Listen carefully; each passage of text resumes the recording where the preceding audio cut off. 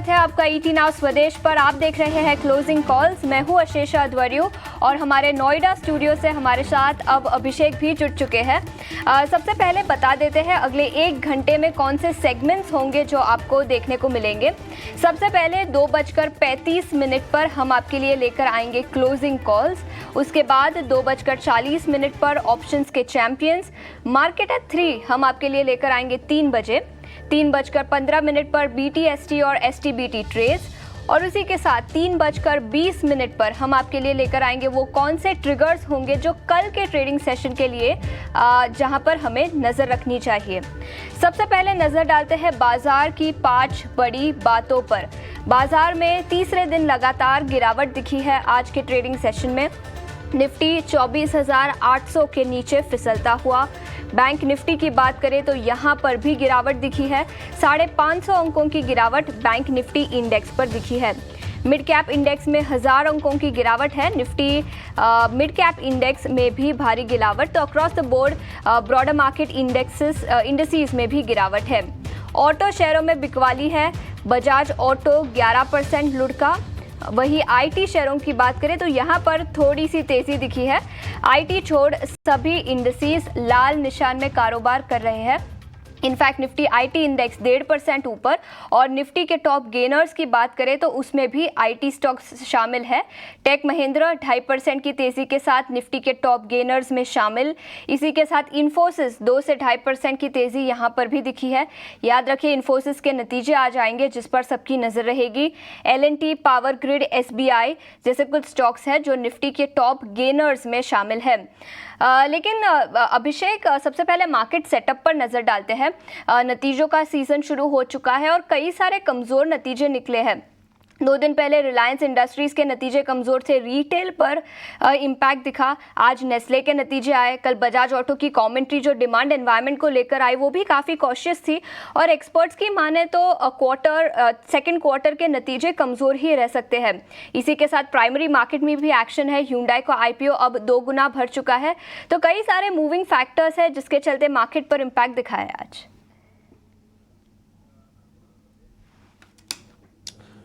निश्चित तौर पर अशेषा देखिए एक्चुअली बाजार को ना पॉजिटिव ट्रिगर्स नहीं मिल रहे हैं।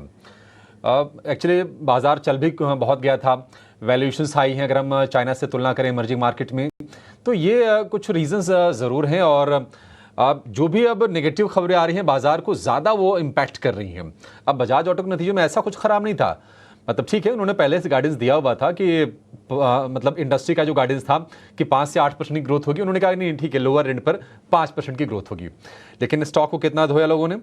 12%। 30,000 करोड़ का मार्केट कैप एक ही दिन में साफ हो गया। अब तो इजराइल और ईरान के बीच में तनाव चल ही रहा है। मिडिल ईस्ट में अगर हम देखेंगे तो इजराइल ने अभी लेबनान की राजधानी बैरूत में वहाँ पर हमले किए हैं। तो ये सारे कंसर्न्स हैं। कुछ FIs की बिकवाली लगातार चल रही है। 13 दिनों में 78,000 करोड़ रुपए के आसपास के शेयर बेचे हैं। बजाज ऑटो के जो नतीजा आए हैं और बजाज ऑटो की जो कमेंट्री आई है कहीं ना कहीं रूरल डिमांड को लेकर के एक बार फिर से प्रश्न खड़ी कर दिए हैं कि क्या वहाँ पर दिक्कतें हैं। क्योंकि अगर यूज़र एंड वाली अगर बाइक्स नहीं बिक रही है इसका मतलब कि हाँ दिक्कतें हैं वहाँ पे। बेसिकली ग्रामीण डिमांड उन्हीं से आती है। आज हम देख रहे हैं कि चाहे ऑटो का इंडेक्स हो 3.5% के आसपास से गिरावट है। रियल एस्टेट का इंडेक्स वहाँ पर गिरावट है। और आपने बिल्कुल सही कहा कि नतीजे जो हैं वो भी बाजार को सपोर्ट नहीं कर पा रहे हैं। इक्का दुक्का अगर हम छोड़ दें तो सभी के सभी नतीजों ने निफ्टी के जो अब तक आए हैं सब ने निराश किया है। चाहे वो TCS हो, चाहे रिलायंस हो, चाहे बजाज ऑटो हो, चाहे अभी भी नेस्ले के नंबर्स आए तो नतीजे उत्साह नहीं भर पा रहे हैं। यहाँ से अब ट्रिगर क्या बनेगा बाजार उसका इंतजार करेगा। और हम ये भी देख रहे हैं कि ठीक है 28,000 करोड़ रुपए का IPO है Hyundai का। हालांकि बहुत ज़्यादा ऐसा नहीं कि सब्सक्रिप्शन बहुत ज़्यादा आ गया, फिर भी अगर 2x अगर आया है मामला अगर वहाँ पे तो बिड्स तो चली गई हैं मतलब 56,000 करोड़ रुपए के आसपास की। हाँ रिटेल निवेशक जो है थोड़ा सा फूक के कदम रख रहा है Hyundai के IPO में। उसके सब्सक्रिप्शन जो फिगर होंगे मतलब मुझे लगता है कि पूरा भर जाए वही एक कामयाबी होगी। तो ये सारे ट्रिगर ज़रूर हैं। और जिस हम रेंज की बात कर रहे थे बाजार के लिए वो रेंज कहीं ना कहीं नीचे के साइड पर ब्रेक हुई है। 24,800 से लेकर 25,200 या 300 मैक्सिमम 400 या 500 पॉइंट की रेंज थी और हम वेट कर रहे थे कि बाजार किधर जाएगा।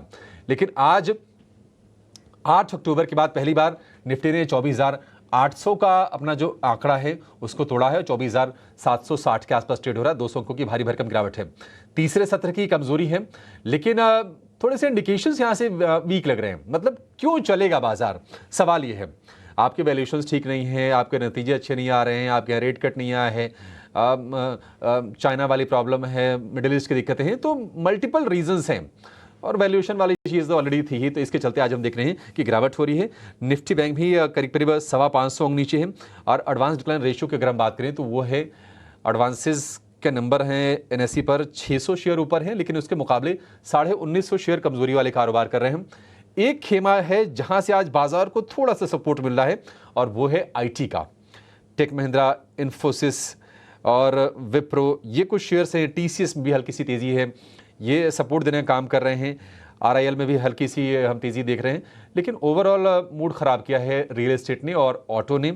बजाज ऑटो करीब 12%, एमएनएम, हीरो मोटो, ये तमाम शेयर आज कमजोरी के साथ ही ट्रेड कर रहे हैं। और रियल्टी स्पेस की बात करें तो वहाँ पर करीब 6% के आसपास की गिरावट है।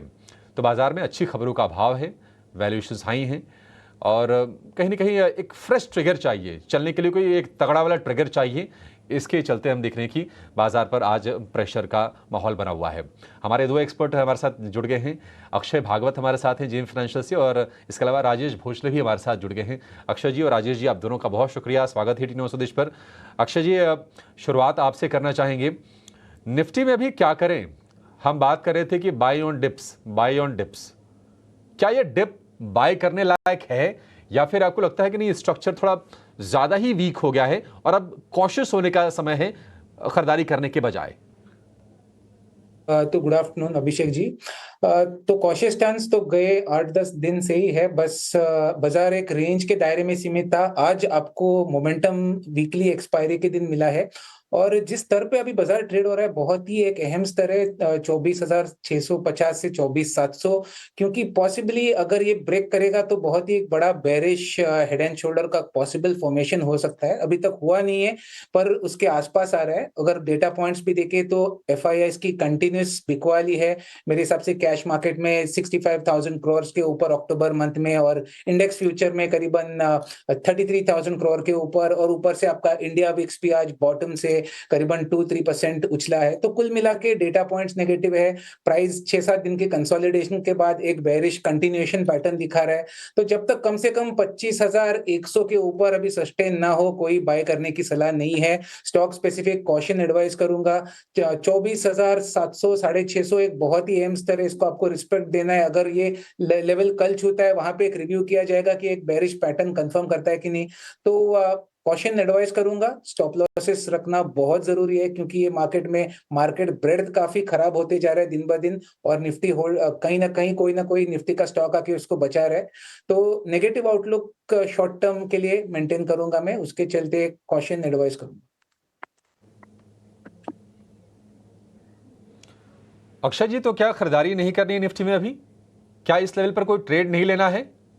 जी, तो स्टॉक स्पेसिफिक आप देखें, पूरा बाजार में डिफेंसिव बेट्स में भी काफी बिकवाली है। फार्मा, एफएमसीजी क्षेत्र में भी बिकवाली है। तो स्टॉक स्पेसिफिक एक्शन मुझे नहीं दिख रहा है जहां पे कोई बाय हो। एक बार कुछ स्टेबिलिटी आनी बहुत जरूरी है। तो उसके चलते मेरा जो आज रिकमेंडेशन है तो वो एक निफ्टी या इंडेक्स कॉल में है, और ये आप हेज के तौर पे भी आप ये ट्रेड एग्जीक्यूट कर सकते हो पोर्टफोलियो के सामने या आपके स्टॉक्स होल्डिंग के सामने, क्योंकि एक पेयर पुट स्ट्रैटेजी है। ये है 18 to 24 अक्टूबर एक्सपायरी जो आने वाले हफ्ते के लिए है।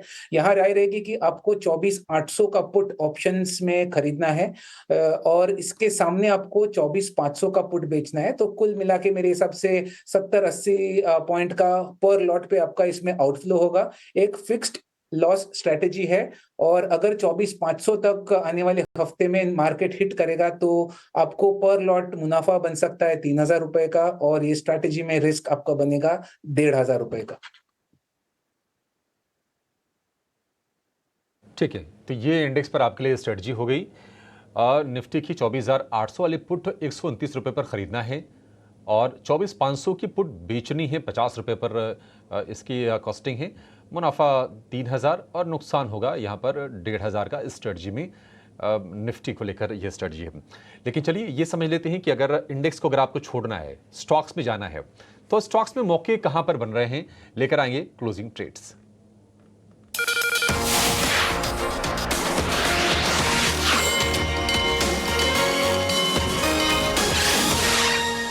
राजेश जी, क्लोजिंग ट्रेड्स की शुरुआत आपसे करेंगे। बताइए आपको मौके कहां पर दिख रहे हैं? क्या खरीदारी के मौके आपको बाजार में नजर आ रहे हैं, या फिर आपको मुश्किलें और बढ़ती हुई दिखाई दे रही हैं और सेल की रणनीति है आपके पास? देखिए, निफ्टी एक काफ़ी क्रूशल लेवल पे है। जैसे सर ने हाईलाइट किया, एक हेड एंड शोल्डर ब्रेकआउट के कगार पे है निफ्टी। तो 24,650 24,700 एक मेक और ब्रेक लेवल है बुल्स के लिए। तो यहाँ पे कुछ इनर स्ट्रेंथ के हिसाब से एक बाय कॉल भी देना चाहूँगा और एक सेल कॉल भी देना चाहूँगा। आज अगर आप देखें तो आईटी स्पेस में काफ़ी अच्छा स्ट्रेंथ है। Tech Mahindra, HCL Tech, Infosys काफ़ी अच्छा स्ट्रेंथ दिखा रहे हैं। यहाँ पे मैं टीसीएस पे बाय देना चाहूँगा, जो रिलेटिव थोड़ा सा एक फ्लैट ट्रेड कर रहा है, बट एक अहम स्तर पे टीसीएस जो है आ चुका है। अगर आप इसका जुलाई मंथ का अगर आप चार्ट देखें तो अराउंड 4050 4100 से एक अच्छा रैली आया था टीसीएस में। अराउंड उसी लेवल्स के आसपास टीसीएस ट्रेड कर रहा है। अलॉन्ग विथ इट अगर आप इसका 200 डीएमए देखें तो 200 डीएमए के आसपास जो है टीसीएस आ चुका है।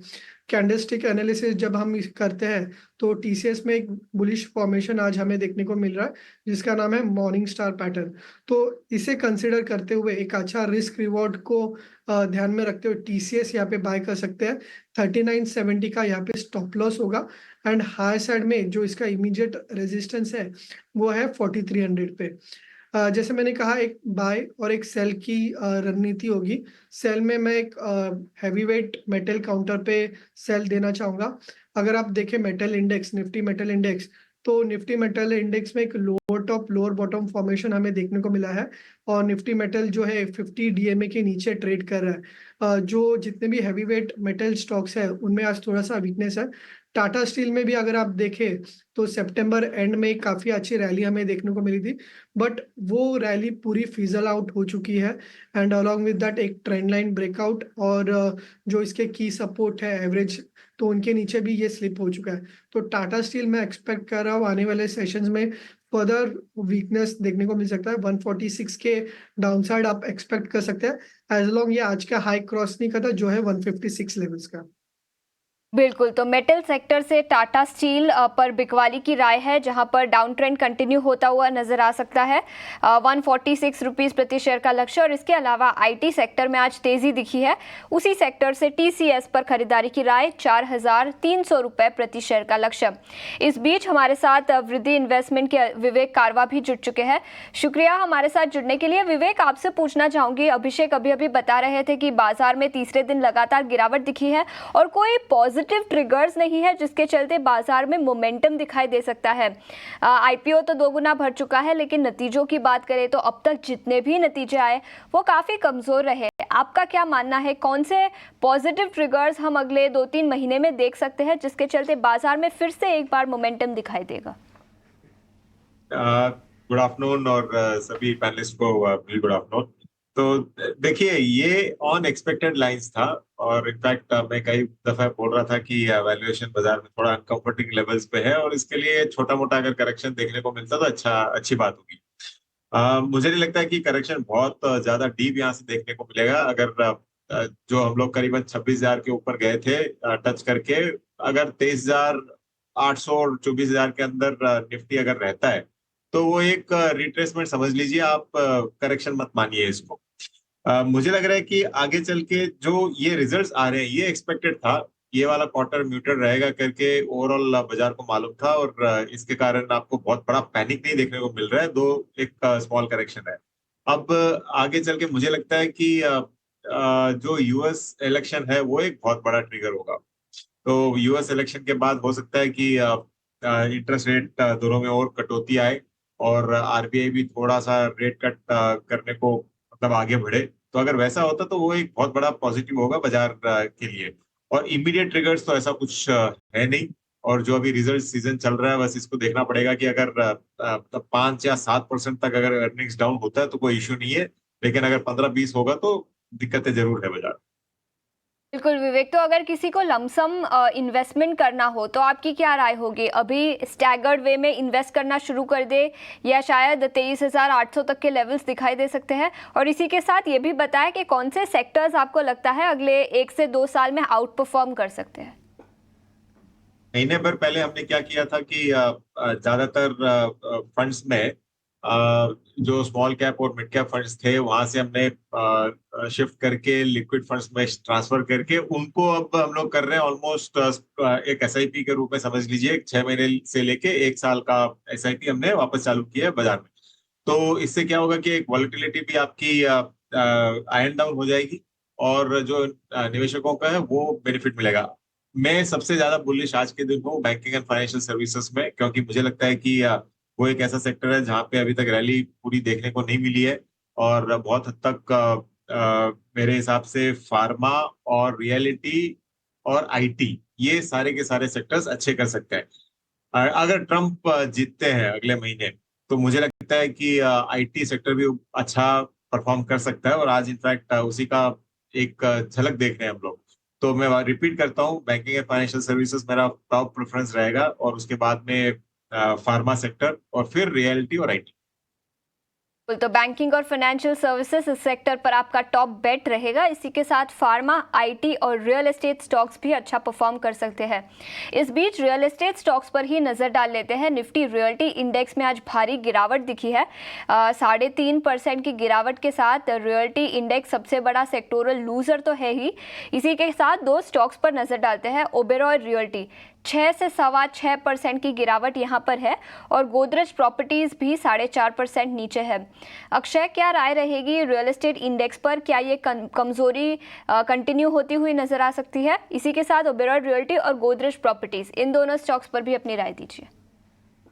जी, तो ओबेरॉय रियलिटी में देखें आप तो 7 दिन एक तरफा चला था और मेरे हिसाब से कुछ पॉजिटिव न्यूज था, उसके चलते स्टॉक में बाइंग दिखी थी। 1750 से लेके 2050 का उसने 7 दिन में ये जर्नी कवर करा था। एक ही दिन में 3 दिन का जो गेन्स है उसने आज ब्रेक करा है, 6% डाउन है और एक जो अहम सपोर्ट एरिया था जिससे हमने ब्रेकआउट देखा था 1965 का, ये इसके नीचे ट्रेड हो रहा है। तो एक शॉर्ट टर्म नेगेटिव डेवलपमेंट है स्टॉक के लिए।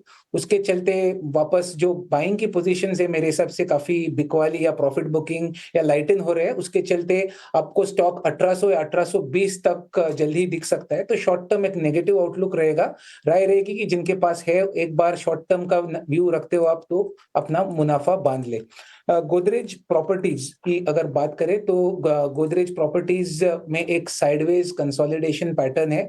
बहुत ही बड़ा रेंज है, 2800 का लोअर बेस है और 3400 का अपसाइड रेंज है। तो कोई नए ट्रेड के मौके तो नहीं दिख रहे, बट लॉन्गर टर्म एक 1 मंथ प्लस होल्डिंग का व्यू है। तो अभी भी चार्ट में कोई खामी नहीं है, बस आपको बड़े स्टॉप लॉस के साथ ये ट्रेड होल्ड करना है। तो कम से कम अगर आप 2800 के नीचे स्टॉप लॉस रख के होल्ड कर सकते हैं तो आप बने रहिए, क्योंकि इवेंचुअली अभी भी चार्ट सेटअप स्ट्रांग है। जब भी स्टॉक 3400 ब्रेक करे तो 3700 के टारगेट्स इंटैक्ट है, तो होल्ड करने की राय रहेगी गोदरेज प्रॉपर्टी में। ठीक है, गोदरेज प्रॉपर्टीज़ में होल्ड करने की सलाह है। इस बीच टाटा कम्युनिकेशन के नंबर आ गए हैं और हैवेल्स के नंबर आ गए हैं आपकी स्क्रीन पर। दरअसल आज वायदा की 4 कंपनियों के नतीजे आने थी, लेकिन दिक्कत की चीज़ ये कि कोई भी नतीजा आ रहा है ना, बाजार को सपोर्ट नहीं कर रहा है। आप देखिए हैवेल्स के भी जो नंबर आए, शेयर हालांकि कमज़ोर ही कारोबार कर रहा है। आय में 16% की बढ़ोतरी है, 4,539 करोड़ रुपए पर आय आई है हैवेल्स की और ये आय 16.5% बढ़ी है। शेयर में हालांकि 3.5% के आसपास की गिरावट देखने को मिल रही है।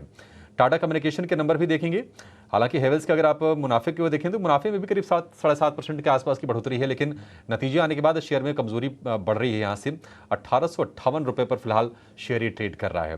प्राइम फेसी नंबर ठीक लग रहे हैं, बट ये है कि हाँ, सेंटीमेंट जब कमज़ोर हो, क्योंकि कल हमने देखा था कि मार्जिन के फिगर पर जरूर नजर रहेगी, क्योंकि केईआई का जो मार्जिन था ना वो प्रभावित हुआ था। कॉपर वगैरह के जो प्राइसेस थोड़े से बड़े हैं और उसके चलते निश्चित तौर पर मार्जिन प्रभावित हो सकता है। केईआई के नंबर के बाद ही हैवेल्स पॉलीकैब में भी हमने गिरावट देखी थी और आज हैवेल्स में भी हम देख रहे हैं कि गिरावट हो रही है 5% के आसपास की। एक राय आपसे चाहेंगे अक्षय जी, हैवेल्स जरा चेक करके बताइए कहाँ पर इसके सपोर्ट्स आप देख रहे हैं? जी देखिए, हैवेल्स का short to medium term outlook तो प्राइस स्ट्रक्चर के बेसिस पे नेगेटिव ही था। बस 6-7 दिन में एक टाइट रेंज में कंसोलिडेट कर रहा था। नतीजों के बाद मेरे हिसाब से मार्केट्स ने एक नेगेटिव थम्स डाउन दिया है, जिसके चलते आपको इतनी स्ट्रॉन्ग बिकवाली फिलहाल देखने को मिल रही है। तो सपोर्ट थोड़ा दूर है और 1760 के आसपास है, वो लेवल छू सकता है। वहां पे एक बार वापस रिव्यू लेना पड़ेगा, पर फिलहाल एक नेगेटिव स्ट्रक्चर है। शॉर्ट टर्म की आपकी बाइंग है तो एग्जिट की राय रहेगी।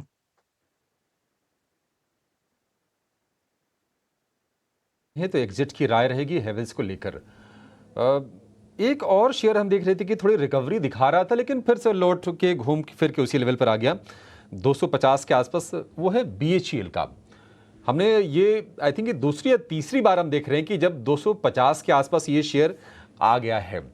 BHEL एक बार राजेश आप चेक करके बताइए, इस बार फिर से क्या सपोर्ट लेके शेयर घूमेगा या फिर आपको लगता है कि अभी गिरावट और बढ़ सकती है इसमें? देखिए, अगर आप देखें भेल को तो 252 253 जो है इसका 200 DM है। तो जब भी 252 53 के आसपास आता है तो वहां से बाउंस करता है, बट हायर लेवल्स पे जो है ये सस्टेन नहीं कर रहा है। 277 280 ये लेवल्स पे रेजिस्टेंस ले रहा है। अभी आज का जो चार्ट स्ट्रक्चर है वो काफी नेगेटिव है। Stock around more than 5% down है और जो हायर बॉटम्स बन रहे थे उस बॉटम का जो ट्रेंड लाइन है वो भी ब्रेक डाउन कर रहा है। तो एक वॉल्यूम के साथ ब्रेकडाउन हमें देखने को मिल रहा है, तो यहाँ से भी फर्दर वीकनेस एक्सपेक्टेड है। पॉसिबली स्टॉक जो है यहाँ से 245 242 ये एक नेक्स्ट सपोर्ट जोन है, वहां तक जा सकता है। एज लॉन्ग ये रिसेंट हाई 275 क्रॉस नहीं करता तब तक इस स्टॉक से दूरी रखिए। यहाँ से 242 245 एक्सपेक्ट कर सकते हैं। 245 की रेंज में शेयर जा सकता है, गिरावट और बढ़ सकती है BHEL के शेयर में। हैवेल्स के ना मार्जिन के नंबर आ गए थे और जिस बात की हमें आशंका थी कि शायद मार्जिन गिरेगा, मार्जिन गिरा है हैवेल्स का भी। तो ये प्रेशर है जो वायर एंड केबल और इसमें इनका छोटा सा वर्टिकल होता है FMEG का, यानी कि फास्ट मूविंग इलेक्ट्रिकल गुड्स का। हैवेल्स हो गया, पॉलीकैब हो गया या फिर KEI हो गया, एक ही सेगमेंट की तीनों कंपनीज हैं। थोड़ा रेशियो अलग अलग हो सकता है कि FMEG किस में ज़्यादा किस में कम है। अदरवाइज ओवरऑल हम कहेंगे तो सेंटिमेंट यहाँ पर वीकनेस के ही दिख रहे हैं। आय में मुनाफे में बढ़त है, मार्जिन प्रभावित है और ये बाजार को पसंद नहीं आ रहा है। आप देखिए 7.5% के आसपास की मुनाफा बढ़े है। एबिडा मार्जिन में हम देख रहे हैं कि कमजोरी है। 9.5% के आसपास के एबिडा मार्जिन थे जो घट के 8.25% पर आ गए हैं हैवेल्स के, और शेयर है करीब 4% नीचे कारोबार करता हुआ। 9.6 से घटकर 8.3% ये है मार्जिन हैवेल्स का। टाटा कम्युनिकेशन के भी नंबर कमज़ोर है, वहाँ पर भी मार्जिन में हमने थोड़ी सी कमज़ोरी देखी है। बाकी आंकड़े भी कमज़ोर लग रहे हैं।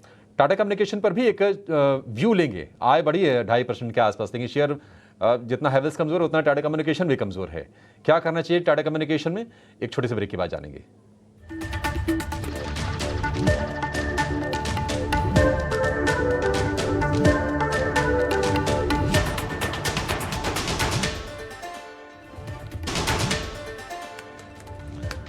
ब्रेक के बाद आपका फिर से स्वागत है। बाजार में कमजोरी बरकरार है, 220 अंकों की गिरावट है निफ्टी में, 24,750 के आसपास ट्रेड कर रहा है।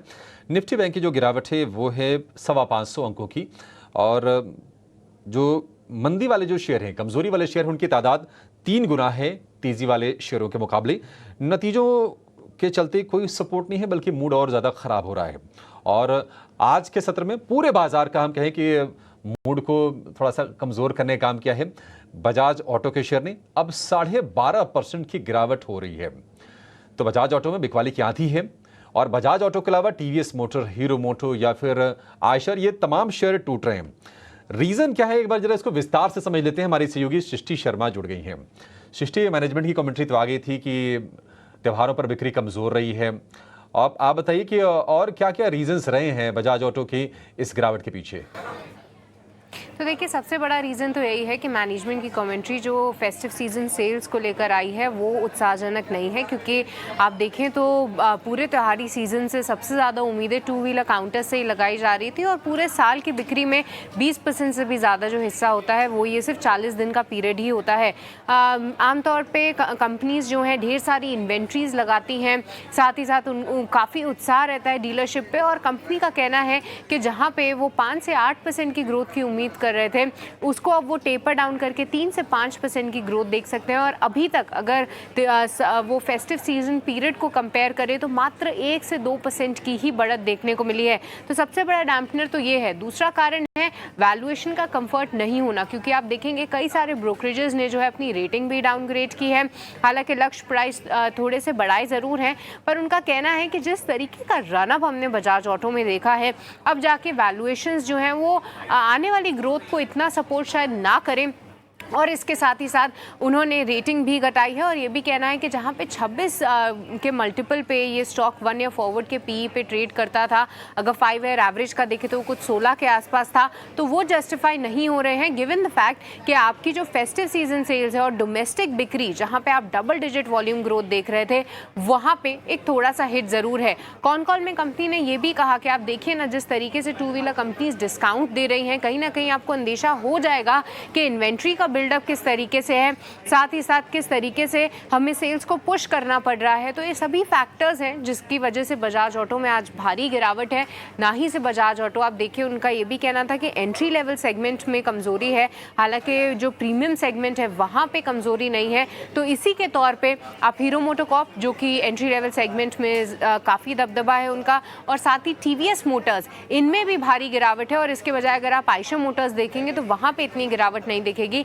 निचले स्तर से थोड़ी रिकवरी ज़रूर है, पर all in all Bajaj auto के नंबर्स खराब नहीं थे, पर कमेंट्री काफ़ी निराशाजनक थी और स्ट्रीट को उम्मीदें थी कि शायद फेस्टिव सीजन को लेकर कुछ पॉजिटिव कमेंट्री आएगी। तो वहाँ से सीधा उल्टे कमेंट्री के चलते आप देखिए 12% की गिरावट और अन्य ऑटो काउंटर्स में भी बिकवाली हावी है।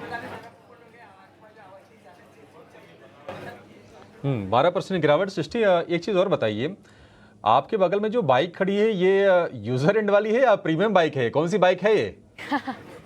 नहीं, ये थोड़ी सी प्रीमियम कैटेगरी की बाइक है। 125 सीसी सेगमेंट की आप इसे बाइक समझ लीजिए, और वही सेगमेंट है जहां से उत्साह अभी भी बरकरार है, और 100 सीसी की बाइक जो है वहां पे थोड़ा सा रुझान फिलहाल नहीं है।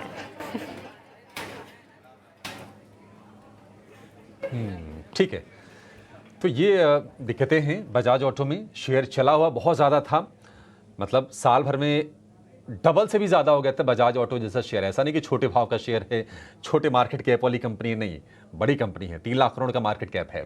और वो अगर कंपनी अगर साल भर में अगर शेयर डबल हो जाए तो फिर थोड़ा सा ना निवेशकों को भी सोचना चाहिए। फिर क्या होता है ना कि एक बहाना चाहिए होता है गिरने के लिए कि अच्छा बहाना क्या बनेगा, वैल्यूएशन। ठीक है, वो भी हो गया, वो भी थोड़ा हाई था। फेस्टिव सीज़न खास नहीं गया। एंट्री लेवल जो कि भारतीय टू व्हीलर कंपनियों की ताकत है वो भी अच्छा नहीं कर रही हैं। और एक और चीज़, एक्सपोर्ट्स पर अभी भी प्रेशर है, थोड़ा इंप्रूवमेंट आ रहा है लेकिन थोड़ा सा अभी उसमें दिक्कतें हैं। विवेक, आप जरा बताइए, बजाज ऑटो आज की गिरावट से आपको डर लग रहा है या फिर आपको लगता है कि नहीं थोड़ा सा और गिर जाए तो बल्कि मौके बन जाएंगे? अभिषेक, इनफैक्ट कई बार आप थे और सृष्टि थी तब बात हुई थी कि हीरो मोटोकॉर्प मुझे ज्यादा अच्छा लगता है बजाज ऑटो से, क्योंकि वैल्यूएशन वाइज जो कंफर्ट लेवल है वो आज के दिन भी हीरो में ज्यादा है। इनफैक्ट आप अगर कंपेयर करो वैल्यूएशन तो बजाज इस गिरावट के बावजूद हीरो से करीबन 1.5 वैल्यूएशन पे ये ट्रेड कर रहा है। तो देखिए, ये जो ऑटोमोबाइल सेक्टर में हो रहा है मुझे लगता है कि ये ऑन ओवरऑल एक्सपेक्टेड था, क्योंकि इन्वेंट्री पाइलअप दिख रही थी और कई कंपनीज तो मतलब गाड़ियां और बाइक्स डंप कर रही थी डिस्ट्रीब्यूटर्स के पास, और उतनी डिमांड आज के दिन है नहीं। तो ये टेम्पररी फेज है, मुझे लगता है कि वापस ये आगे चल के रिवाइव होगा, लेकिन फिलहाल तो बजाज ऑटो यहाँ पे भी कॉस्टली लग रहा है। तो इमीडिएटली आप नहीं लोगे, लेकिन करीबन 8-1 हजार रुपये अगर मिलता है तो वैल्यूएशन आपका ठीक ठाक हो जाएगा।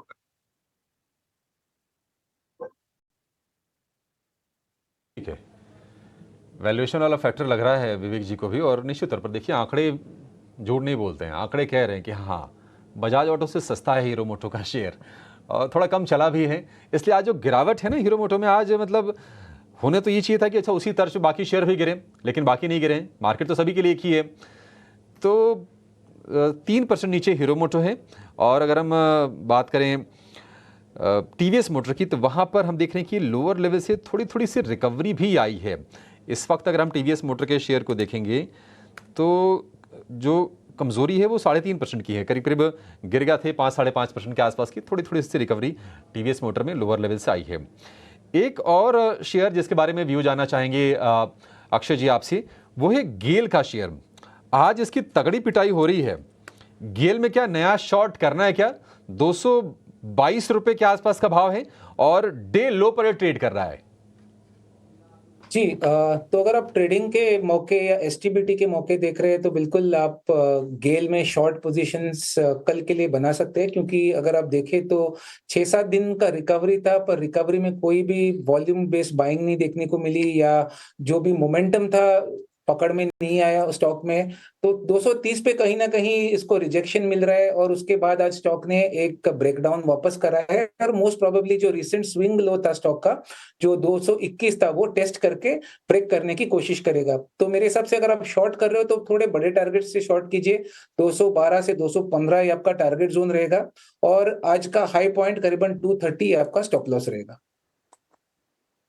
ये राय गेल पर। इसके अलावा कुछ और नतीजों पर फोकस करते हैं। टाटा कंज्यूमर के नतीजे कल पेश होंगे, अनुमान क्या है ये बताने के लिए अब हमारे साथ जिनय जुड़ चुके हैं। जिनय, बताएं क्या एक्सपेक्टेशंस रखनी चाहिए टाटा कंज्यूमर के नतीजों से? जी बिल्कुल, अगर हम अनुमान देखें एनालिस्ट का, तो रेवेन्यू और एबिटा मतलब आय और कामकाजी मुनाफे में करीब करीब 16% से ज़्यादा की ग्रोथ हमें नज़र आ सकती है। वहीं मार्जिन्स फ्लैट नज़र आ सकते हैं, बट पैट जो है मुनाफे में हमें करीब करीब 10% की गिरावट नज़र आ सकती है। और बेसिकली जो एक्सपेक्टेशंस है, स्पेशली जो पैट में मुनाफे में जो गिरावट होगी वो कि हाईएस्ट इंटरेस्ट कॉस्ट्स की वजह से। उसके अलावा जो मार्जिन्स है, एबिटा मार्जिन्स, वो फ्लैट रहने का अनुमान है, क्योंकि कंपनी के हायर एएनपी स्पेंड से एडवर्टाइजमेंट एंड प्रमोशंस पे कंपनी ने हायर स्पेंड किया अपना डिस्ट्रीब्यूशन एक्सपेंशन करने के लिए।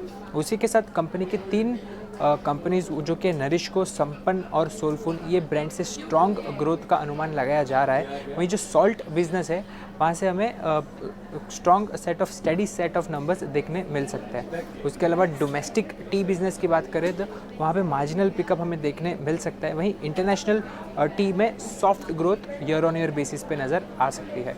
इसके अलावा 3 मेन फैक्टर्स जिस पे हमें नज़र रखनी होगी रिजल्ट्स पे, वो होगा पहले तो मार्जिन आउटलुक क्या है कंपनी का, वो देखने लायक होगा। दूसरा अपग्रेड और ग्रोथ बिजनेसेस, इनके जो 3 ग्रोथ बिजनेस है वहाँ पे अपडेट क्या आता है कंपनी के अलावा। और तीसरा जो होगा सेगमेंटल परफॉर्मेंसेस डोमेस्टिक बिजनेस में।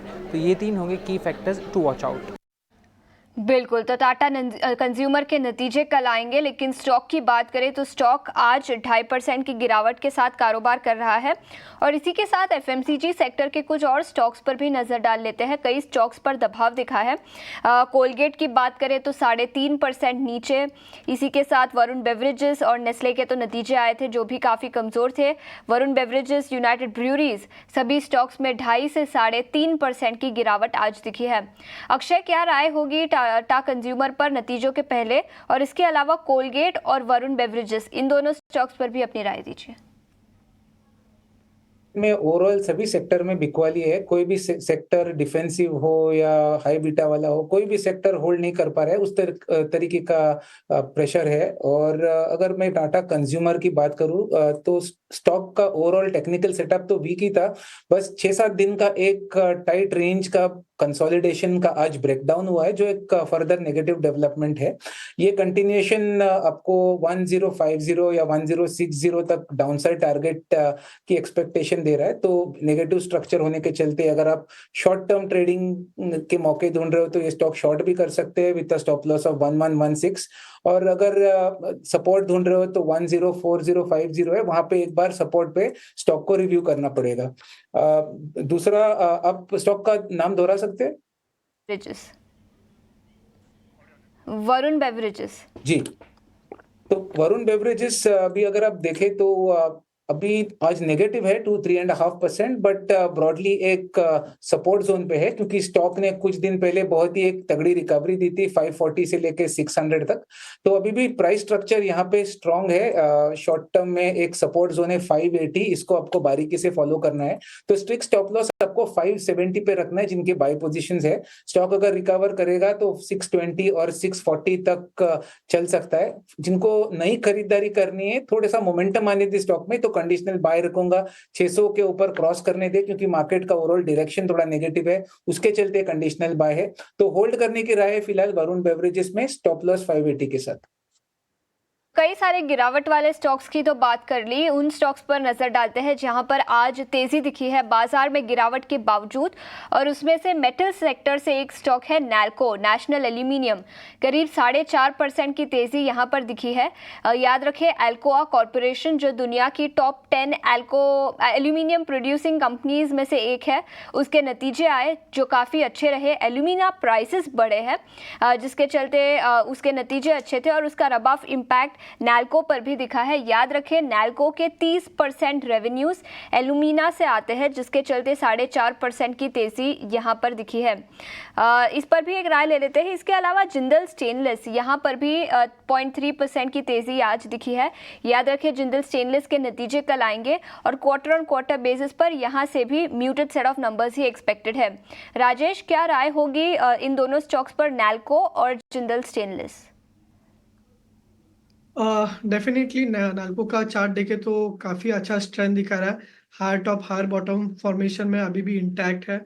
आज एक बुलिश गैप के साथ ट्रेड स्टार्ट किया था, बट हायर लेवल से अभी भी कहीं ना कहीं मार्केट के साथ एक प्रॉफिट बुकिंग हमें देखने को मिल रहा है। स्टॉक अभी भी पॉजिटिव है, बट मार्केट सेंटीमेंट जो है वो इतने स्ट्रांग नहीं है, तो फ्रेश लॉन्ग्स की तो मैं सलाह नहीं दूंगा। बट जिनके भी लॉन्ग्स है वो होल्ड रख सकते हैं। स्टॉप लॉस देना चाहूंगा 219 का। 219 का काफी अच्छा सपोर्ट है, तो जिनके भी लॉन्ग्स है तो वो 219 के स्टॉप लॉस से होल्ड रखे। दूसरा जो स्टॉक है वो है जिंदाल स्टेनलेस। स्टॉक जो है 765 के पास ट्रेड कर रहा है JSL। फिलहाल तो कोई मेजर रेंज में ट्रेड कर रहा है, कोई मेजर ट्रैक्शन नहीं है। जो नेक्स्ट ट्रैक्शन होगा वो होगा 800 के ऊपर। 800 के ऊपर कंडीशनल बाय कर सकते हैं, बट अभी फिलहाल कोई मेजर मूव नहीं दिखाई दे रहा है। नीचे में अगर आपका बाय है तो 740 का स्टॉप लॉस रख सकते हैं।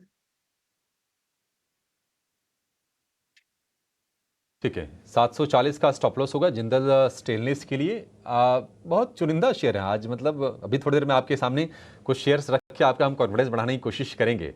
लेकिन एक और शेयर फिलहाल गिरावट वाला, वो है IRCTC का। दरअसल रेलवे के यात्रियों के लिए अच्छी खबर आई है रेलवे की तरफ से, और वो ये कि रेलवे ने एडवांस रिजर्वेशन की अवधि घटा दी है। पहले अवधि थी कि आप 120 दिन एडवांस में टिकट बुक कर सकते थे, लेकिन 1 नवंबर से सिर्फ आप 2 महीने पहले, 60 दिन पहले ही आप टिकट बुक कर पाएंगे। और इसके चलते होगा ये कि IRCTC की जो टिकटिंग जो होती है, जिसमें जो कैंसिलेशंस होती है, कैंसिलेशन से रेलवे पैसे बहुत कमाती है, उसमें थोड़ी सी कमी आ जाएगी। तो निवेशक इसको लेकर थोड़े से चिंतित जरूर हैं। पूरी खबर लेकर हमारे सहयोगी समीर दीक्षित जुड़ गए हैं। समीर, बताइए, निश्चित तौर पर यात्रियों के लिए तो राहत की खबर ये। जी बिल्कुल, एडवांस रिजर्वेशन पीरियड, यानी कि आप किसी भी ट्रेन में जो रिजर्व टिकट बुक कराते हैं, वो समय अवधि पहले 120 दिन थी। आप 4 महीने पहले की टिकट करा सकते थे यात्रा की तारीख के लिहाज से, लेकिन अब इसको घटा करके 60 दिन कर दिया गया है। यानी कि अगर आप किसी दिन यात्रा करना चाहते हैं तो उसके 60 दिन पहले आप वो रिजर्व टिकट बुक कर सकते हैं। अभी नए आदेश के मुताबिक उसको घटा करके 60 दिन कर दिया गया है। और रेलवे का तर्क ये है कि इससे उनके मैनेजमेंट में, और विशेषकर जो लंबी वेटिंग लिस्ट बन जाया करती थी, उसको कम करने में काफी मददगार ये साबित होगा। लेकिन ये IRCTC के लिए, जो कि रिजर्व टिकटिंग प्लेटफॉर्म है, उसके लिए जरूर ये नकारात्मक खबर है, क्योंकि एक अच्छा खासा कमाई IRCTC को रिजर्व टिकटिंग के कैंसिलेशन से होती थी। अभी अगर आप स्थिति देखें तो जितनी भी रिजर्व टिकट बुकिंग होती है, उसका तकरीबन 80 से 85% IRCTC के जरिए होता है। ई रिजर्व टिकट बुक किया जाता है, और ऐसे में ये समय अवधि घटने का सीधा मतलब ये है कि इसमें कमाई, IRCTC की कमाई पर असर पड़ेगा, कमाई घटेगी। लेकिन रेलवे का इसके पीछे लॉजिक ये है कि वो मैनेजमेंट के पॉइंट ऑफ व्यू से और यात्रियों की सुविधा के नजरिए से ये कदम उठाया गया है। ये फैसला यानी कि जो समय अवधि घटा करके 60 दिन किया गया है, ये 1 नवंबर से लागू हो जाएगी। और 1 नवंबर के बाद अगर आप रेल यात्रा करते हैं और आप अगर कोई रिजर्व टिकट लेना चाहते हैं, तो आप अपनी अधिकतम 60 दिन के ड्यूरेशन के लिहाज से आप वो टिकट ले पाएंगे। जी समीर, बहुत शुक्रिया आपका ये जानकारी देने के लिए। आपको बता दें कि एक आरटीआई आई थी किसी रेल यात्री की तरफ से ही, और उस आरटीआई में पता चला कि जनवरी 2021 से जनवरी 2024 के बीच में रेलवे ने सिर्फ कैंसिलेशन से 1229 करोड़ रुपए कमाए थे, और जो कैंसिल्ड जो टिकट की जो संख्या थी वो थी करीब करीब 13 करोड़ के आसपास। तो निश्चित तौर पर इतनी बड़ी अगर आय आ रही है कैंसिलेशन से, फिर तो चिंता होगी। मतलब ये तो घाटे का सौदा हो गया, बट ये रेल मुसाफिरों के लिए निश्चित तौर पर राहत की खबर है। विवेक, आपसे एक व्यू जानना चाहेंगे, आप इस खबर को किस तरह से देख रहे हैं, और ज़रा ये बताइए कि आपने आखिरी अपनी रेल यात्रा कब की थी? आप करते भी हैं या फिर सिर्फ हवाई उड़ान ही भरते हैं आप? देखिए, सब समय की बात होती है अभिषेक। एक जमाना ऐसे था तो कि हवाई जहाज का सोचते नहीं थे, और आज के दिन रेलवे दिमाग में नहीं बैठता है। तो देखिए, ये अब ऐसे ट्रैवलर आपको मतलब पॉजिटिव और दोनों नेगेटिव है, क्योंकि मैं जब मेरा ट्रैवल प्लान करता हूँ तो 4-4 महीने 5-5 महीने पहले से ट्रैवल प्लान रहता है। तो अब अगर 2 महीने पहले रहेगा तो आपको उतना लोड भी मिलने वाला है। मतलब अगर 2 महीने और लोग हो सकता है कि ज्यादा मतलब आज जैसे तत्काल में हम लोग होल्ड लगाते हैं, वैसे ही उधर भी लग सकती है, पॉसिबिलिटी है। लेकिन हाँ, कंपनी के लिए जो बुकिंग प्लेटफॉर्म आईआरसीटीसी है उसके लिए डेफिनेटली नेगेटिव है, क्योंकि जितना पहले आप टिकट बुक करते हो उतना ही चांसेस ऑफ कैंसिलेशन बढ़ता है। 3 महीने बाद, 4 महीने बाद क्या होगा, क्या सिचुएशन होगी, किसी को मालूम नहीं होता। तो डेफिनेटली एक नेगेटिव है। लेकिन आपने बोला था कि रेलवे इतना कमाई थी, अब आईआरसीटीसी कैंसिलेशन में कितना कमाई ये मुझे ध्यान नहीं है, तो उसका इम्पैक्ट कितना बड़ा पड़ेगा ये अब हमको देखना पड़ेगा। लेकिन हाँ, on the face of it definitely negative news है। नेगेटिव न्यूज़ है, शेयर गिर रहा है, और विवेक जी ने भी डिस्क्लेमर दे दिया कि नहीं, वो रेल से यात्रा नहीं करते हैं। अक्षय जी, देखिए, मैं तो बता रहा हूँ कि मैं तो करता हूँ, मतलब मुझे पसंद भी है रेलवे से यात्रा करना, बड़ी मज़ेदार होती है। आप रेलवे की यात्राएं करते हैं या नहीं करते हैं? और दूसरी चीज़ ये भी बताइए कि आईआरसीटीसी अभी और तो नहीं करेगा यहाँ से? अभी तो रेल की यात्रा कम है। पहले के टाइम पे, कॉलेज के टाइम पे बहुत ज्यादा पूरा दिन काफी टाइम रेल की यात्रा होती थी, तो मजा ही कुछ अलग था तभी। और आईआरसीटीसी की बात करें स्टॉक की, तो बहुत ही एक अहम सपोर्ट पे ट्रेड हो रहा है। अगर आप वीक ऑन वीक चार्ट देखें तो पिछले हफ्ते थोड़ी सी एक बाउंस बैक हमने देखी थी। एक डॉजी कैंडल, एक न्यूट्रल कैंडल सपोर्ट स्तर पे बना था जो 850 का है। आपको बहुत बारीकी से 850 के लेवल को फॉलो करना है अगर आप शॉर्ट टर्म ट्रेडिंग कर रहे हो, क्योंकि अगर ये लेवल ब्रेक करेगा तो एक पॉसिबल बेरिश पैटर्न डेवलप हो सकता है। तो फिलहाल सपोर्ट पे है, बट कोई बाइंग के मौके नहीं दिख रहे मुझे। तो जिनके पास है उनको बने रहना है। स्टॉप लॉस आपको 840 का रखना है। फर्स्ट कंडीशन बनेगा जब ये स्टॉक 900 पार करेगा, तभी आपको मोमेंटम मिलेगा। उसके चलते आपको 940 या 950 के टारगेट मिल सकते हैं। ठीक है, आईआरसीटीसी को लेकर ये व्यू हो गया। इस बीच आईओबी के नंबर्स आ गए हैं, और देखिए, बहुत यदाकदा आजकल है कि नंबर्स आए और स्टॉक ऊपर दिखे। आईओबी करीब 3% ऊपर दिखेगा। प्रोविजनिंग जो है वो करीब घटी है 10% के आसपास की, 1146 करोड़ रुपए पर आ गई है। प्रोविजनिंग यानी कि कंपनी जो पैसे थोड़े साइड कर देती है बैड लोन्स के लिए।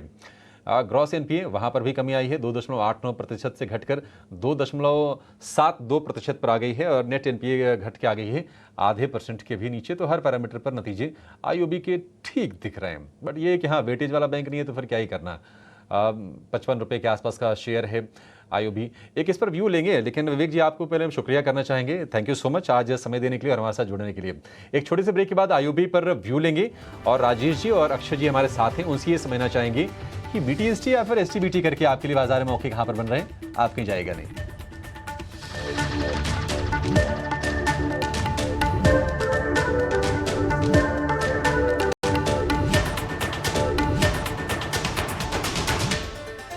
ब्रेक के बाद स्वागत है आपका। आप देख रहे हैं क्लोजिंग कॉल्स। ब्रेक के पहले हमने इंडियन ओवरसीज बैंक के नतीजों की बात की थी और स्टॉक में पिछले कुछ मिनटों में काफ़ी वॉलेटिलिटी भी दिखी है। शार्प स्पाइक आप देखा, लेकिन फिर एक बार थोड़ी सी गिरावट दिखी।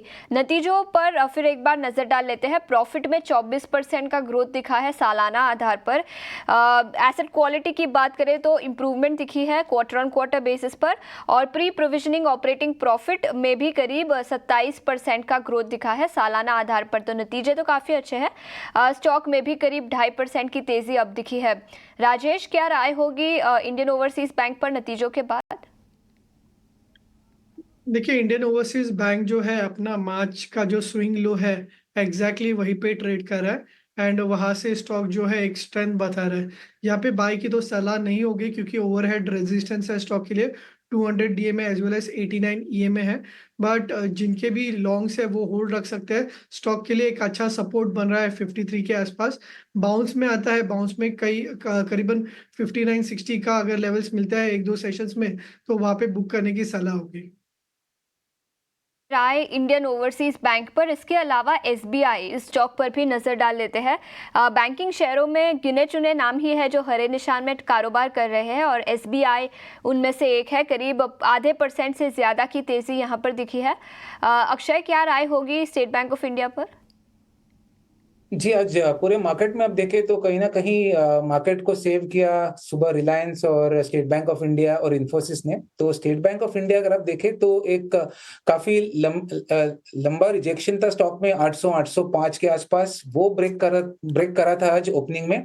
उसके चलते एक बार आपको मोमेंटम दिखी थी स्टॉक में। बट अगर आप अभी करंट रेट पे देखें, जो मोमेंटम पूरा दिन में एक्यूमुलेट हुआ था वो फेड आउट हो रहा है। तो अभी तक क्लैरिटी नहीं है। एक डॉजी क्लोजिंग हो रही है, रेजिस्टेंस के ऊपर ब्रेकआउट फेल होने के संकेत दिख पा रहे हैं मुझे। तो मैं कहूंगा बाय करना नहीं है। जिनके पास ऑलरेडी है उनको स्ट्रिक्ट स्टॉप लॉस 800 का बनाना है, क्योंकि कल के क्षेत्र में अगर 800 ब्रेक करेगा तो ये स्टॉक में वापस वही रेंज में आ जाएगा और थोड़ी सेलिंग ऊपर के स्तर पे आपको बढ़ता हुआ दिखेगा, जिसके चलते स्टॉक वापस 780-790 तक छू सकता है। तो नई खरीदारी करने की राय नहीं है SBI में एट करंट रेट। एक बार रिव्यू करना जरूरी है। जिनके पास है ऑलरेडी उनको strict stop loss short term के लिए से 800 पे बना के होल्ड करना है।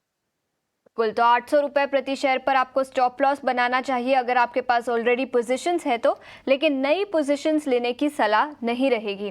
हमने ब्रेक के पहले IRCTC पर चर्चा की थी। इसी के साथ कुछ और रेलवे रिलेटेड शेयरों पर फोकस कर लेते हैं। टीटागढ़ रेल सिस्टम्स 3.5% की तेज़ी। इनफैक्ट पिछले 2 दिनों में देखें तो करीब 6 से 7% की तेज़ी यहाँ पर दिखी है। मॉर्गन स्टैनली एशिया सिंगापुर ने करीब 7.5 लाख शेयर खरीदे कल ब्लॉक डील में, जिसके चलते स्टॉक में आज तेजी दिखी है। इसी के साथ RVNL कंपनी को 270 करोड़ के नए ऑर्डर्स मिले हैं। तो दोनों ही रेलवे रिलेटेड कंपनियों में आज के ट्रेडिंग सेशन में अच्छा एक्शन दिखा है। अक्षय, दोनों में से कोई स्टॉक जहां पर आपको लगता है कि खरीदारी के मौके इन लेवल्स पर बनेंगे? जी देखिए, दोनों स्टॉक गए 2-3 महीने से काफी बिकवाली का शिकार हुए हैं और काफी ओवरसोल्ड है वीकली और मीडियम टर्म पैटर्न्स पे। और कहीं ना कहीं दोनों में एक सपोर्ट बनने की देरी है, सपोर्ट बनाने का प्रोसेस चल रहा है। तो अगर दोनों स्टॉकों में से मुझे चुनाव करना है कि किसका टेक्निकल सेटअप बेहतरीन है, तो यहाँ पे मेरा चुनाव रहेगा RVNL रेल विकास निगम लिमिटेड, जिसका करंट मार्केट प्राइस 488 है। 425-440 एक सपोर्ट बेस है जहां से स्टॉक ने एक रिकवरी करा है। पर आपको जल्दी इसमें मोमेंटम बेस्ड ट्रेडिंग ना करे, क्योंकि ये सपोर्ट बनाने की खोज में है। थोड़ा टाइम लग सकता है। स्टॉक शॉर्ट टर्म में चॉपी रह सकता है 450 और 490 के जोन में। उसके बाद वो रिवर्सल अटेम्प्ट करेगा। तो थोड़ा सा आपको समय देना पड़ेगा, कम से कम 15-20 दिन की आपकी होल्डिंग की क्षमता है तो ही आप करंट रेट पे बाय करें। ओवरऑल ट्रेड में आपका स्टॉप लॉस है या जिनके पास है उनको 420 का स्टॉप रखना है। रिकवरी अटेम्प्ट्स में स्टॉक वापस 550 या 570 तक एक मंथ के बाद छू सकता है। ठीक है, एक महीने में 550-570 तक ये शेयर जा सकता है RVNL का। आज चौतरफा तेज़ी है रेलवे स्टॉक्स में, चाहे राइट्स हो, चाहे RVNL हो, रेलटेल हो, ये शेयर चल रहे हैं। IRCTC की अपनी वजह है जिसकी हमने चर्चा की थोड़ी देर पहले, इसके चलते वो शेयर कमज़ोर है। अक्षय जी और राजेश जी, आप दोनों लोग अपने BTST और STBT ट्रेड ज़रा रेडी करके देखिए, क्योंकि आज थोड़ा सा ना ट्रिकी होगा मामला, स्टॉक्स खोजना बड़ा मुश्किल है। हम थोड़ी देर में आपके पास लौट रहे हैं। इस बीच ये जान लेते हैं कि L&T फाइनेंस के नतीजे जो कल आने वाले हैं, क्या उम्मीदें हैं, अनुमान लेकर हमारा सहयोगी वरुण दुबे हमारे साथ जुड़ गए हैं। वरुण, बताइए क्या उम्मीदें हैं L&T फाइनेंस से, कैसे नतीजे आएंगे? देखिए, नतीजे तो ठीक ठाक रहने चाहिए, इसमें कोई डाउट नहीं है, क्योंकि अगर आप देखेंगे तो इस कंपनी ने जो अपना क्वार्टरली अपडेट दिया था उसमें रिटेल डिसबर्समेंट्स जो है उसमें करीब 12% के आसपास की बढ़ोतरी देखने मिली थी और रिटेल बुक जो है साल दर साल करीब 28% की वहाँ पे बढ़ोतरी देखने मिली थी और रिटेल पे कंपनी का काफ़ी फोकस है। हमारा अनुमान है कि NII करीब 24-24.5% बढ़ेंगे, 2150 करोड़ पे आएंगे। मुनाफा जो है 17% की बढ़ोतरी 696 करोड़ पे आने का अनुमान लगाया जा रहा है और प्री ऑपरेटिंग प्रॉफिट जो है, प्रोविजनिंग प्रॉफिट जो है उसमें 14.5% के आसपास की बढ़ोतरी होगी। देखिए, कुछ चीज़ें इस कंपनी के ओवरऑल नतीजे पे आप ध्यान दीजिएगा, जहाँ पे होलसेल बुक जो है वो ये कंपनी लगातार रिड्यूस करते जा रही है। इसके लिए रिटेल में तो ग्रोथ होगी, लेकिन ओवरऑल लोन बुक जो है उसमें ग्रोथ थोड़ी ढीली रहने वाली है। फंडिंग कॉस्ट, क्रेडिट कॉस्ट ये थोड़ा बढ़ने वाला है, तो इसका इम्पैक्ट जो है आपको काफ़ी हद तक नेट इंटरेस्ट मार्जिन्स में देखने मिलेगा, जहाँ पे करीब 10 बेसिस पॉइंट के आसपास की कमी का अनुमान लगाया जा रहा है। NPS वैसे तो स्टेबल रहना चाहिए, लेकिन याद रखिएगा इस कंपनी के ओवरऑल बुक्स में माइक्रो फाइनेंस भी आता है और माइक्रो फाइनेंस को लेकर आपने देखा कि किस तरह से चिंताएं बाहर निकल के आ रही है, तो उसके चलते ग्रॉस NPA का मूवमेंट कैसे रहता है इस पे नज़र रखिएगा और खासकर मैनेजमेंट की कमेंट्री इस माइक्रो फाइनेंस कारोबार को लेकर क्या निकल के आती है इस पे आप खास ध्यान दीजिएगा। ठीक है, तो नतीजे ठीक ठाक रहने की उम्मीद है और माइक्रो फाइनेंस को लेकर कमेंट्री अहम होगी। L&T फाइनेंस नतीजों से पहले हम देख रहे हैं कि सुस्त है, वेट इन वॉच वाले मूड में है, 166 रुपये का फिलहाल भाव है, हल्की सी गिरावट है L&T फाइनेंस के शेयर में। लेकिन चलिए लौटेंगे अपने एक्सपर्ट्स के पास BTST ट्रेड्स के लिए और राजेश जी शुरुआत आपसे करना चाहेंगे। BTST या फिर STBT? संभावना तो मुझे STBT की ज़्यादा लग रही है आपकी तरफ से। देखिए, STBT में मैं M&M का स्टॉक पे एक नेगेटिव व्यू देना चाहूँगा। देखिए, बजाज ऑटो के चलते हुए ऑटो इंडेक्स जो है 89 EMA के नीचे आ चुका है। 89 EMA के नीचे ये फर्स्ट टाइम आया है लास्ट 1.5 साल में फर्स्ट टाइम। तो निफ्टी ऑटो इंडेक्स आगे जाके भी थोड़ा सा एक अंडर परफॉर्मेंस लग रहा है। M&M का अगर आप चार्ट देखें तो एक डबल टॉप जो है इस स्टॉक में बना हुआ है। एक्सपेक्ट करो M&M जो है यहाँ से फर्दर वीकनेस हमें देखने को मिल सकता है, जहाँ पे स्टॉक जो है 2800 का जो स्तर है वो छू सकता है। नीचे ऊपर में अगर आपको स्टॉप लॉस रखना है तो वो होगा 3040 का। मैं एक बाय कॉल का भी सलाह देना चाहूँगा। HDFC AMC का अगर आप देखें तो कल काफ़ी एक अच्छा ट्रैक्शन हमें HDFC AMC में देखने को मिला था। आज मार्केट के चलते हुए 2% डाउन है, बट अपने इंट्राडे पीवोट्स के आसपास सपोर्ट ले रहा है, तो अभी भी चार्ट स्ट्रक्चर पॉजिटिव है। HDFC AMC में बाय कर सकते हैं, 4560 का स्टॉप लॉस होगा एंड आने वाले सेशंस में स्टॉक जो है 5100 तक जा सकता है।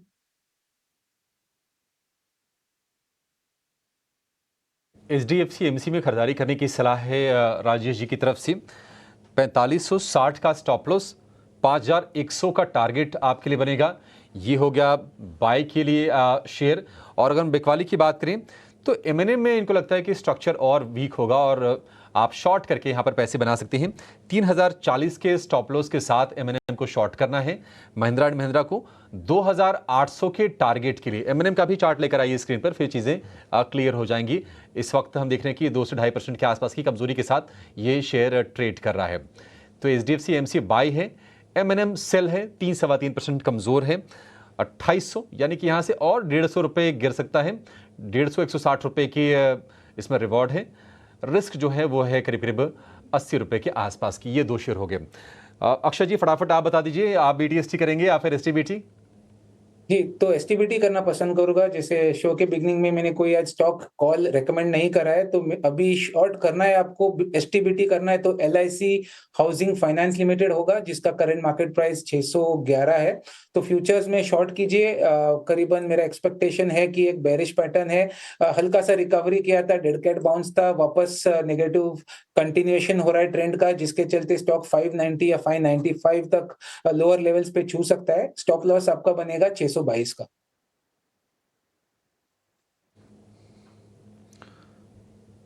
622 का स्टॉप लॉस, 590, 595 इस रेंज में ये शेयर गिर सकता है। आपको L&T हाउसिंग फाइनेंस को शॉर्ट करना है। अच्छा, आप ये ना जो कॉल्स आती है हमारे एक्सपर्ट्स की, उनको देख के आप बाजार का मूड चेक कर सकते हैं।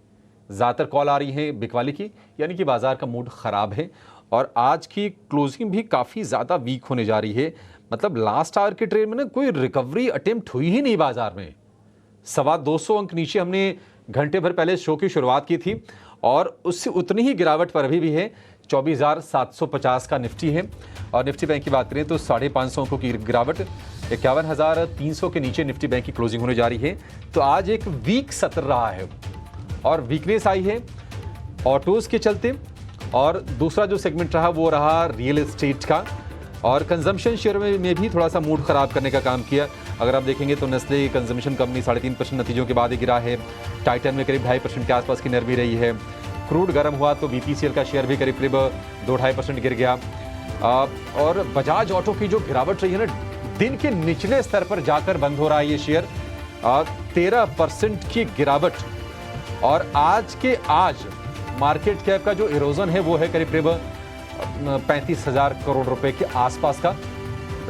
10,100 रुपए के आसपास बजाज ऑटो क्लोजिंग। हीरो मोटो में 3.5% के आसपास की गिरावट हमें देखने को मिल रही है और बाकी ऑटो स्टॉक्स भी कमजोर हुए हैं। रियल एस्टेट में अगर हम देखेंगे तो ओबरॉय रियल्टी में काफ़ी गिरावट रही। इसके अलावा कुछ स्टॉक्स, हैवेल्स नतीजों के बाद करीब 8% टूट गया क्योंकि मार्जिन पर प्रेशर हैवेल्स के आया।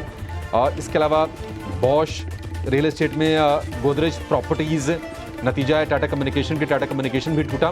तो नतीजों का बाजार को थोड़ा भी सपोर्ट मिल नहीं रहा है और ये एक चिंता की बात ज़रूर है क्योंकि पॉजिटिव ट्रिगर्स का बाजार में निश्चित तौर पर अभाव देखने को मिल रहा है। एक वीक क्लोजिंग 24,750 पर 220 अंक नीचे।